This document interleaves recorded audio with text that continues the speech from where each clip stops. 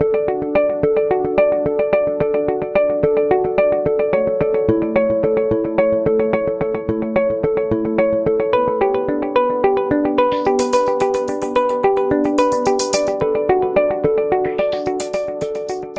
વિદ્યાર્થી મિત્રો, આગળના લેક્ચરની અંદર આપણે ઘનતા અને ત્યાર પછી આપણે એમની અંદર જે બલ્બ કનેક્ટિંગના દાખલાઓ હતા એમના વિશેની વાત કરેલી હતી.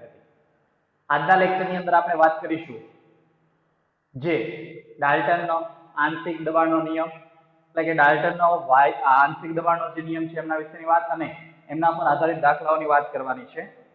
તો હેડિંગ આપીશું. સૌપ્રથમ ડાલ્ટનનો આંશિક દબાણનો નિયમ. તો ડાલ્ટનનો આંશિક દબાણનો નિયમ એમનું વિધાન શું? તો વિધાન છે એકબીજા સાથે રાસાયણિક પ્રક્રિયા કરતા ન હોય તેવા વાયુ મિશ્રણનું કુલ દબાણ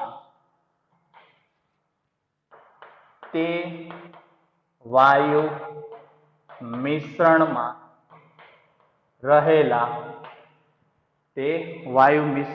રહેલા ઘટકોના આંશિક દબાણના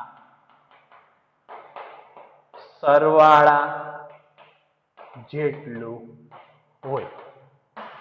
તો આ જે નિયમ છે એમને ડાલ્ટનનો આંશિક દબાણના નિયમ તરીકે ઓળખવામાં આવતો હોય છે કે જેમાં એકબીજા સાથે રાસાયણિક પ્રક્રિયા કરતા ન હોય તેવા વાયુઓનું મિશ્રણ અને એ મિશ્રણનું કુલ દબાણ, આ મિશ્રણમાં રહેલા જે પણ કઈ વાયુઓ છે એમના આંશિક દબાણના સરવાળા જ બરાબર હોય છે.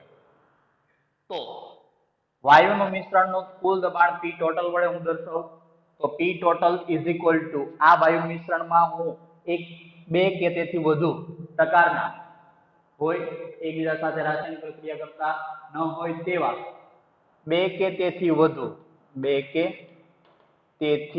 વધુ વાયુ મિશ્રણનું કુલ દબાણ તે વાયુ મિશ્રણમાં રહેલા ઘટકોના આંશિક દબાણના સરવાળા જેટલું હોય છે. તો એમની અંદર ધારો કે કોઈ એક વાયુ P1 છે, બીજો વાયુ P2 છે, ત્રીજો વાયુ P3, આવા અસંખ્ય વાયુઓ લો તો એ અસંખ્ય વાયુઓનું દબાણ અનુક્રમે આપણે દર્શાવેલું હોય તો એ દબાણનો તમે સરવાળો કરો તો આપણને વાયુ મિશ્રણનું જે કુલ દબાણ હશે એમના સરવાળા બરાબર પ્રાપ્ત થતું હોય છે. તો P total is equal to P1 plus P2 plus P3, જ્યાં આ P1, P2, P3 અનુક્રમે વાયુ 1, 2, 3 ના આંશિક દબાણ દર્શાવેલા છે, જ્યારે PT એટલે વાયુ મિશ્રણનું કુલ દબાણ દર્શાવેલું છે. ફરીથી વાત કરી દઈએ, શરત એક ખાસ, એકબીજા સાથે રાસાયણિક પ્રક્રિયા કરતા ન હોય તેવા બે કે તેથી વધુ વાયુનું મિશ્રણનું કુલ દબાણ તે વાયુ મિશ્રણમાં રહેલા ઘટકોના આંશિક દબાણના સરવાળા જેટલું હોય છે. હવે મારી પાસે ધારો કે કોઈ વાયુનું મિશ્રણ લો તો P total into V is equal to એ વાયુના મોલ N1 plus N2 લઉં હું તો આ પ્રમાણેનું મને સમીકરણ મળે. P total into V is equal to N1 plus N2 RT, જ્યાં મેં વાયુ મિશ્રણમાં બે વાયુઓનો ઉપયોગ કરેલો છે. તો બે વાયુ મિશ્રણ હોય તો એક વાયુ માટેનું સમીકરણ P1V is equal to N1 RT મળશે. બીજા વાયુ માટે સમીકરણ મળશે P2V is equal to N2 RT પ્રાપ્ત થશે. હવે આ બંને સમીકરણનો સરવાળો કરું તો મને સમીકરણ મળે P1 plus P2, આ બંનેમાંથી સામાન્ય નીકળશે V is equal to N1 plus N2 RT મળશે.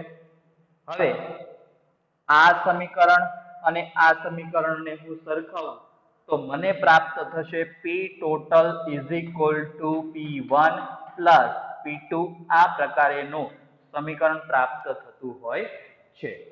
તો P total into V is equal to N1 plus N2, કારણ કે મેં પાત્રની અંદર બે વાયુ લીધા હતા અને એ બંને વાયુના મોલ N1 અને N2 હતા. એ બંને વાયુ મિશ્રણનું કુલ mall N1 plus N2 into RT મળ્યું. હવે એક વાયુ માટે સમીકરણ મળ્યું P1V is equal to N1 RT, બીજા વાયુ માટે P2V is equal to N2 RT. હવે આ બંને સમીકરણનો હું સરવાળો કરું તો મને સમીકરણ મળશે P1 plus P2 into V is equal to N1 plus N2 RT. અને હવે હું આ સમીકરણ અને આ સમીકરણને હું સરખાવી દઉં તો આ બંને સમીકરણને સરખાવતા મને મળશે PT is equal to P1 plus P2 પ્રાપ્ત થતું હોય છે. જો હું આમને સમીકરણ નંબર 1 કહી દઉં, આને સમીકરણ નંબર 2, અને સમીકરણ નંબર 3, અને સમીકરણ નંબર 4, તો સોરી સમીકરણ નંબર 4 અને આમને કહી દઈએ 5. તો અહીંયા આપણે આ જે સરવાળો કર્યો એ સરવાળો સમીકરણ 1 અને સમીકરણ 2 નો કરેલો છે. સમીકરણ 2 અને 3 નો સરવાળો પરથી આ સમીકરણ મળેલું છે. સમીકરણ 1 અને સમીકરણ 5 ને સરખાવતા સમીકરણ 1 અને સમીકરણ 4 ને સરખાવતા આ સમીકરણ 5 આપણને પ્રાપ્ત થયું. ફરીથી વાત કરી દઈએ. 2, 3 નો સરવાળો સમીકરણ 4 મળ્યો. સમીકરણ 1 અને 4 ને સરખાવ્યું એટલે સમીકરણ 5 મળ્યું. હવે આપણે આમની અંદર સમીકરણ 2 ભાગ્યા સમીકરણ નંબર 1 કરી દઈએ તો આ પ્રક્રિયાની અંદર આપણને મળશે P1 ના છેદમાં P ટોટલ, કારણ કે V કેન્સલ થઈ જશે, RT કેન્સલ થઈ જશે, તો is equal to N1 upon N1 plus N2 આપણને પ્રાપ્ત થતું હોય છે. તો આ અનુસાર મળશે આપણને P1 upon P total is equal to કોઈ એક ઘટક વાયુના મોલ ના છેદમાં કુલ મોલ, તો એમને આપણે મોલ અંશ x વડે દર્શાવીએ છીએ તો અહીંયા મળી જશે x1. એટલે સમીકરણ આપણી પાસે એમ થયું P1 is equal to x1 into P total. આ રીતનું સમીકરણ મળ્યું. અને એવી જ રીતે જો આપણે સમીકરણ 3 ભાગ્યા સમીકરણ 1 કરીએ તો આપણને મળશે P2 ના છેદમાં P total is equal to N2 ના છેદમાં N1 plus N2. એમના ઉપરથી સૂત્ર મળશે P2 ના છેદમાં P total is equal to, તો એક ઘટકના મોલના છેદમાં કુલ મોલ એટલે એમને આપણે મોલ અંશ x દર્શાવીએ અને બીજા વાયુના છે એટલે x2 મળશે. તો એના ઉપરથી આપણને સમીકરણ મળ્યું P2 is equal to x2 into P total. તો અહીંયા જોશો તો ખ્યાલ આવશે કે આ જે સમીકરણ છે એને હું સમીકરણ નંબર 6 દર્શાવી દઉં, આને સમીકરણ નંબર 7 દર્શાવી દઉં. તો સમીકરણ 6 અને સમીકરણ 7 પરથી આપણને એવું લાગે કે વાયુનું આંશિક દબાણ બરાબર મોલ અંશ ગુણ્યા કુલ દબાણ. તો આ પ્રમાણેનું આપણને એક સમીકરણ મળ્યું. વાયુનું આંશિક દબાણ બરાબર મોલ અંશ ગુણ્યા કુલ દબાણ. તો જે વાયુનું મારે આંશિક દબાણ શોધવું હોય એમના મોલ અંશ લઈ લેવાના ઇન્ટુ કુલ દબાણ કરી દો તો એ વાયુના મને આંશિક દબાણ પ્રાપ્ત થતું હોય છે. ત્યાર પછી આના ઉપર આધારિત બીજો દાખલો લખવા જઈએ તો percentage of gas, મારે વાયુ જે છે એમની મારે ટકાવારી શોધવી હોય તેમના માટે આપણે સૂત્ર શું લખીએ તો આંશિક દબાણ ના છેદમાં કુલ દબાણ અને એને ગુણ્યા હું 100 કરું તો મને જે તે વાયુની મને ટકાવારી પ્રાપ્ત થતી હોય છે. તો percentage of gas is equal to આંશિક દબાણના છેદમાં કુલ દબાણ લખીએ. આંશિક દબાણના છેદમાં કુલ દબાણ તો એ કોણ શું મળ્યું આપણને મોલ અંશ. આંશિક દબાણના છેદમાં કુલ દબાણ તો એ પણ શું મળ્યું મોલ અંશ. તો આના બરાબર સીધું આપણે લખી શકીએ મોલ અંશ ગુણ્યા 100. તો એક નવું સૂત્ર આપણને પાછું પ્રાપ્ત થયું. તો એ સૂત્ર મળ્યું મોલ અંશ ગુણ્યા 100 એટલે ગેસની વાયુની ટકાવારી અથવા તો વાયુની ટકાવારી બરાબર આંશિક દબાણના છેદમાં કુલ દબાણ ગુણ્યા 100. અને આપણી પાસે આ સૂત્ર તો હતું જ વાયુનું આંશિક દબાણ બરાબર મોલ અંશ ગુણ્યા કુલ દબાણ. હવે કુલ દબાણની અંદર જે તે વાયુનો મારે અંશ શોધવો હોય તો વાયુનો અંશ બરાબર વાયુનો મારે જો અંશ શોધવો હોય તો એ વાયુ એટલે કે એ વાયુનું આંશિક દબાણ ના છેદમાં જો હું કુલ દબાણ લખું તો એ વાયુનો મને અંશ મળે અને એ અંશને જો હું 100 વડે ગુણું તો મને એ વાયુની ટકાવારી પ્રાપ્ત થતી હોય. તો વાયુનો અંશ બરાબર આંશિક દબાણના છેદમાં કુલ દબાણ મળ્યું.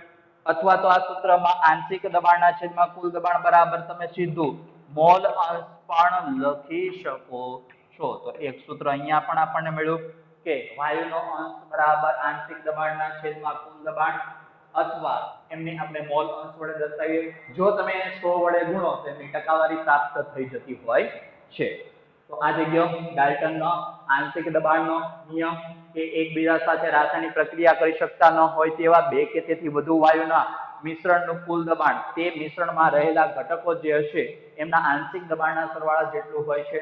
એમના ઉપરથી આપણે સાબિત કર્યું PT = P1 + P2 અને એમના ઉપરથી આપણે સાબિત કર્યું P1 = x1 * P total એવી રીતે P2 = x2 * P total અને એમના ઉપરથી સૂત્ર મળ્યા આપણને વાયુનું આંશિક દબાણ બરાબર મોલ અંશ ગુણ્યા કુલ દબાણ. હવે percentage of gas = આંશિક દબાણના છેદમાં કુલ દબાણ ગુણ્યા 100. બીજું સૂત્ર મળ્યું આંશિક દબાણના છેદમાં કુલ દબાણ એટલે મોલ અંશ.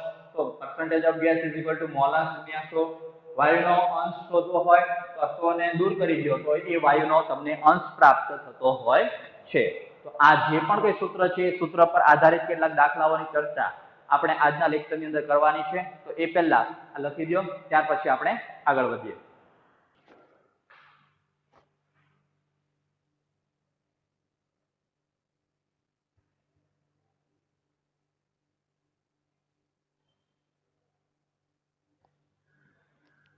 ત્યાર પછી આપણને એક દાખલો આપેલો છે કે એક પાત્ર આપેલું છે એમાં 16 ગ્રામ ડાયોક્સિન વાયુ 24 ગ્રામ મિથેન વાયુ 80 ગ્રામ સલ્ફર ડાયોક્સાઇડ વાયુ 96 ગ્રામ ઓઝોન વાયુ આપેલો છે. જેનું કદ 10 લિટર છે, તાપમાન 227 છે, R ની કિંમત 0.08 વાતાવરણીય લિટર/મોલ * કેલ્વિન છે. તો દરેક વાયુના મોલ અંશ અને આંશિક દબાણ મળવાની છે. તો મોલ અંશ જો આપણે શોધી નાખીએ તો P total આપણી પાસે હોવું જોઈએ અને બંનેનો ગુણાકાર કરીએ તો એના ઉપરથી દરેક વાયુનું આંશિક દબાણ આપણે મેળવી શકીએ છીએ. તો સૌપ્રથમ આપણે પહેલા મોલ અંશ શોધી નાખીએ ત્યાર પછી P total શોધી નાખીએ. તો આપણે સૌપ્રથમ વાત કરીશું મોલની.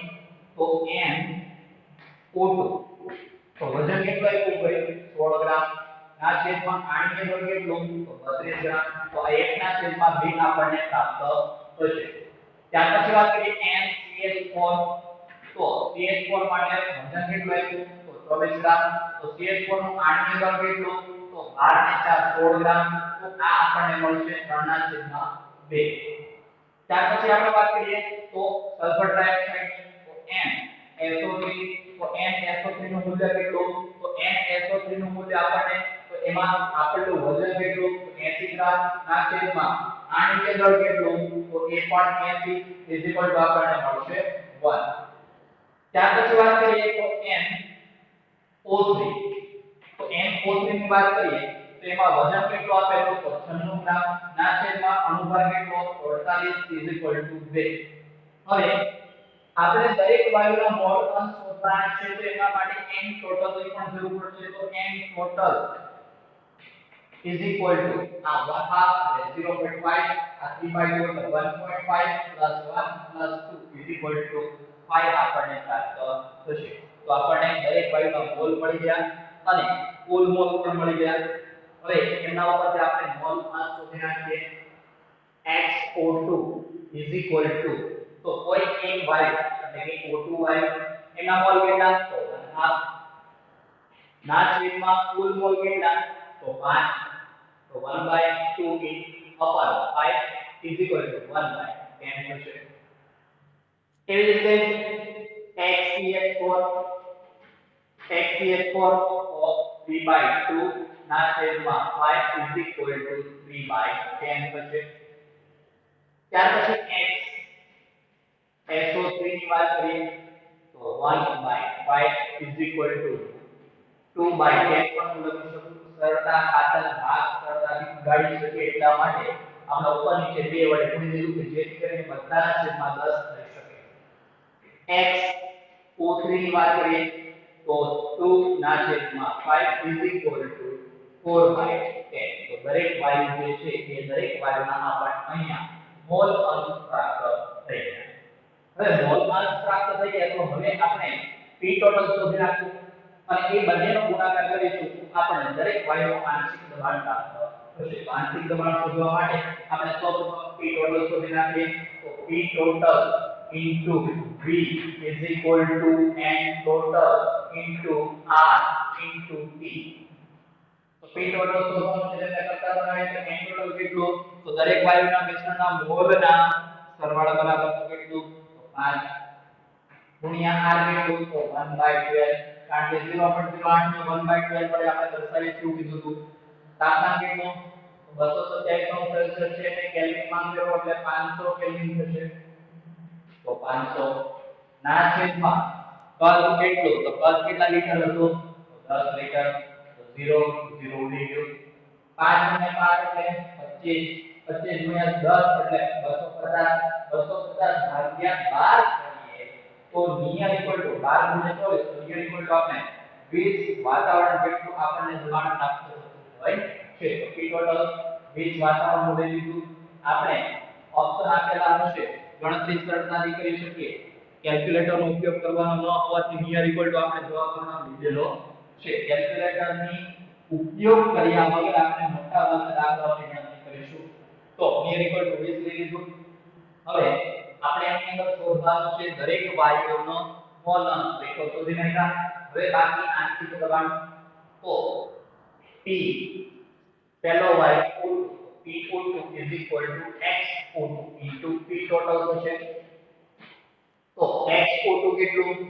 તો XO2 છે 1/10 ગુણ્યા P total કેટલું તો 20 is equal to 2 એ જ રીતે P CH4 is equal to XCH4 into P total is equal to so 3/10 ગુણ્યા 20 is equal to 6 વાતાવરણ મળશે P SO3 is equal to XSO3 into P total થશે તો આ પ્રક્રિયાની અંદર XSO3 કેટલું આવ્યું તો 2/10 ગુણ્યા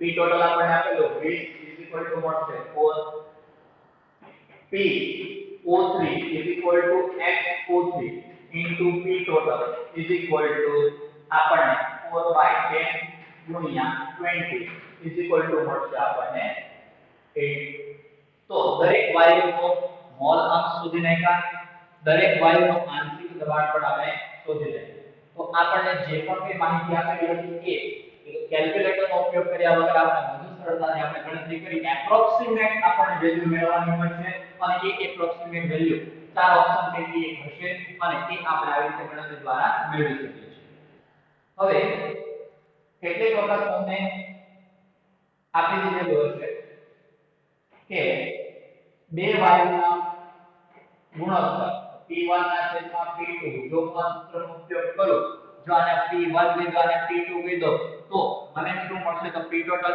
તો કેન્સલ થઈ જશે તો અહીંયા x1 ના છેદમાં મને શું મળશે તો મળશે x2 એ રીતે x એટલે તો શું મોલ તો n1 ના છેદમાં n1 n2 ના છેદમાં n2 ના છેદમાં n1 n2 તો આ તો કેન્સલ થઈ જશે તો મને સૂત્ર પ્રાપ્ત થયું P1 ના છેદમાં P2 is equal to x1 ના છેદમાં x2 is equal to n1 ના છેદમાં n2 હવે m એટલે તો મોલ થઈ ગયા તો મોલ એટલે આપેલું વજન ના છેદમાં અણુભાર. તો એના ઉપર ફરીથી બીજું સૂત્ર આગળ મેળવી શકીએ W1 ના છેદમાં W2 ગુણ્યા W1 ના છેદમાં M1 ને છેદનો છેદ અંશમાં એટલે M2. તો આ એક સૂત્ર ખાસ યાદ રાખવાનું રહેશે તમારે કે P1/P2 x1/x2 N1/N2 W1/W2 M2/M1. તો આ થઈ જે મોલ અંશ મોલ વજન આણીય દળ વચ્ચેનો સંબંધ દર્શાવતું સમીકરણ યાદ રાખવાનું રહેશે અને એના પર આધારિત દાખલાઓ છે એ પહેલા આ લખી દો ત્યાર પછી આગળ વધીશું.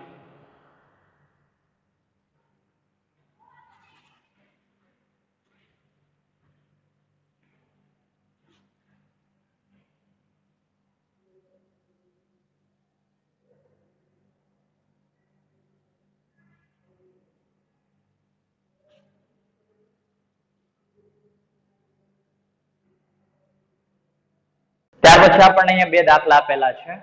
તેમાં જોઈએ એક સિલિન્ડરમાં મિથેન અને સલ્ફર ટ્રાયોક્સાઇડના વજનનો ગુણોત્તર 3:5 છે. તો આંશિક દબાણનો ગુણોત્તર શોધો. તો હમણાં આપણે સૂત્ર જોઈ ગયા હતા એ અનુસાર સૂત્ર આપણી પાસે W1 ના છેદમાં W2 જેમનો ગુણોત્તર 3/5 આપણને આપેલો છે. તેવી જ રીતે M1/M2 નો ગુણોત્તર આપણને મળી જાય.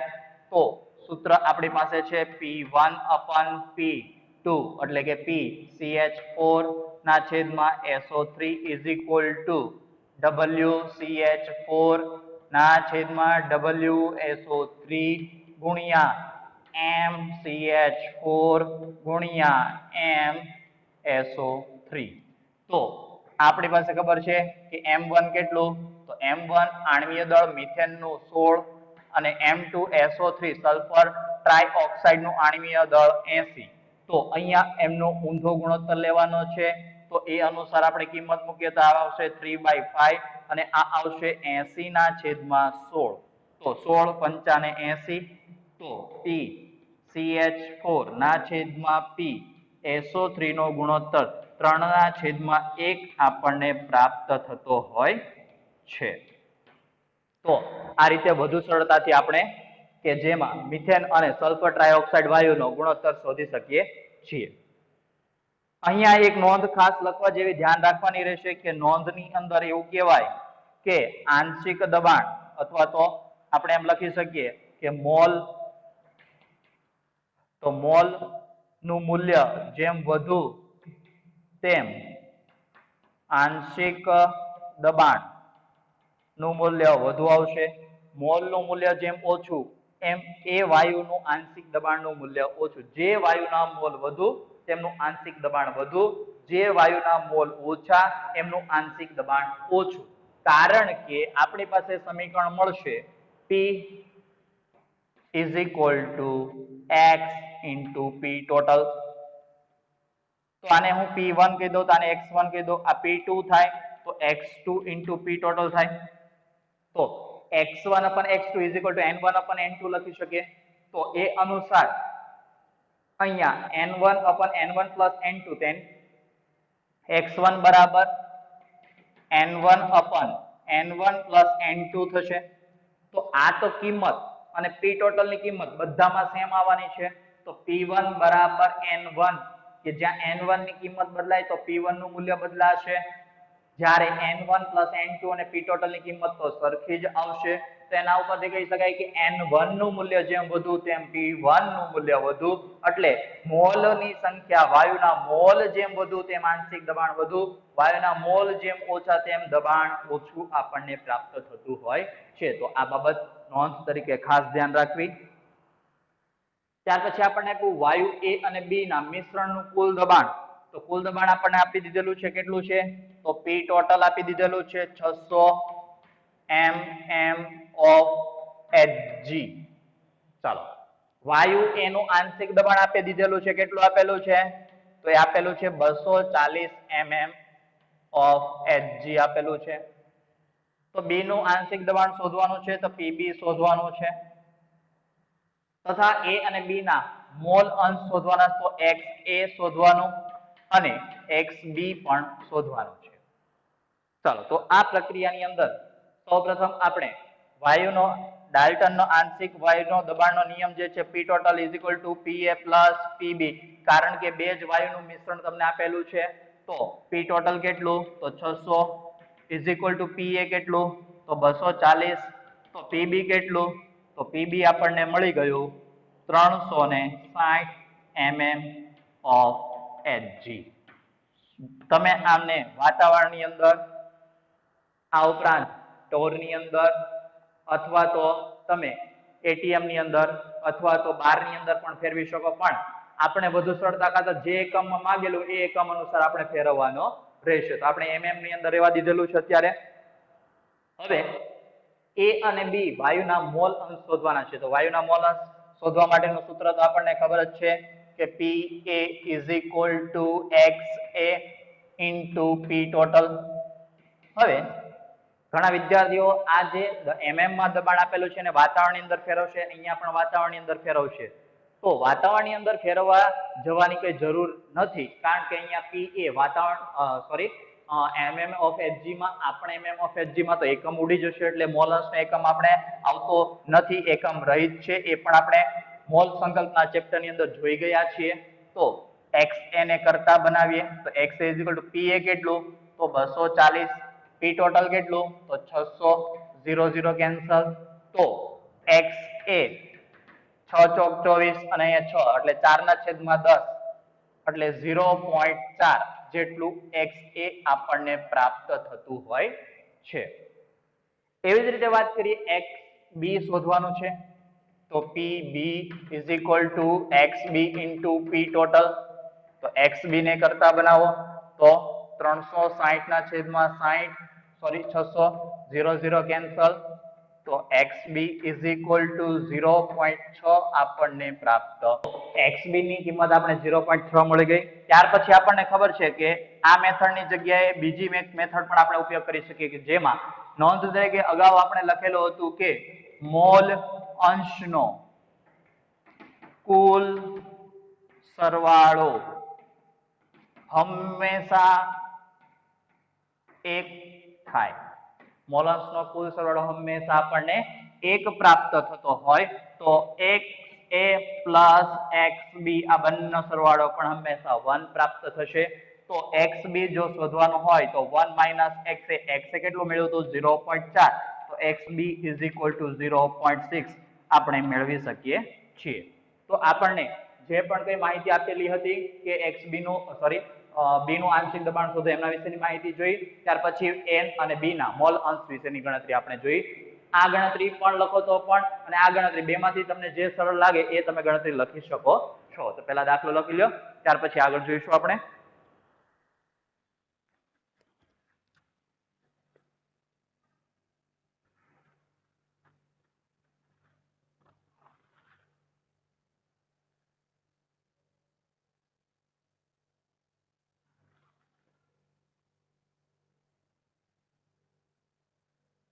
ત્યાર પછી આપણે એક દાખલો આપેલો છે કે જેમાં 2500 સેલ્સિયસ તાપમાને પાત્રમાં H2 અને મિથેન વાયુ ભરેલો છે, જેનું સમાન વજન લેવામાં આવે તો H2 વાયુ દ્વારા કુલ દબાણ કેટલો અંશ મુકાયેલો હશે આ આપણે શોધવાનું છે. તો સૌપ્રથમ આપણે બે વાયુ આપી દીધેલા છે, એક વાયુ આપણને આપેલો હાઇડ્રોજન, બીજો આપેલો છે મિથેન.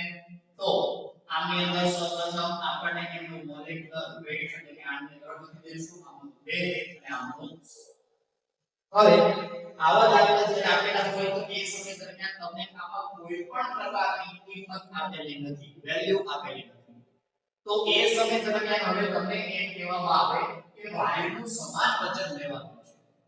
તો એ સમય દરમિયાન સૌપ્રથમ પહેલા તો તમારે એ વાયુનું આણ્વિક કદ લેવાનું. તો આપણે હાઇડ્રોજન લઈશું 2 અને મિથેન લઈશું 100. તો આ બંનેમાં જે વધારે હોય એ એનું વજન લેવાનું રહેશે. સરળતા ખાતર કે જેની ગણતરી આપણે સરળતાથી કરીશું તો 16.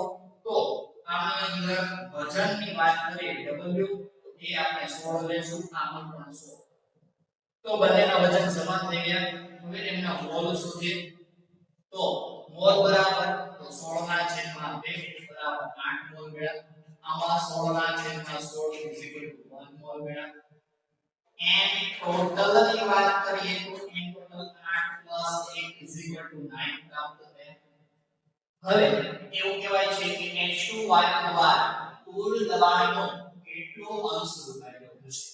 તો અંશ વાયુનો અંશ બરાબર વાયુનું આંશિક દબાણ ના છેદમાં કુલ દબાણ.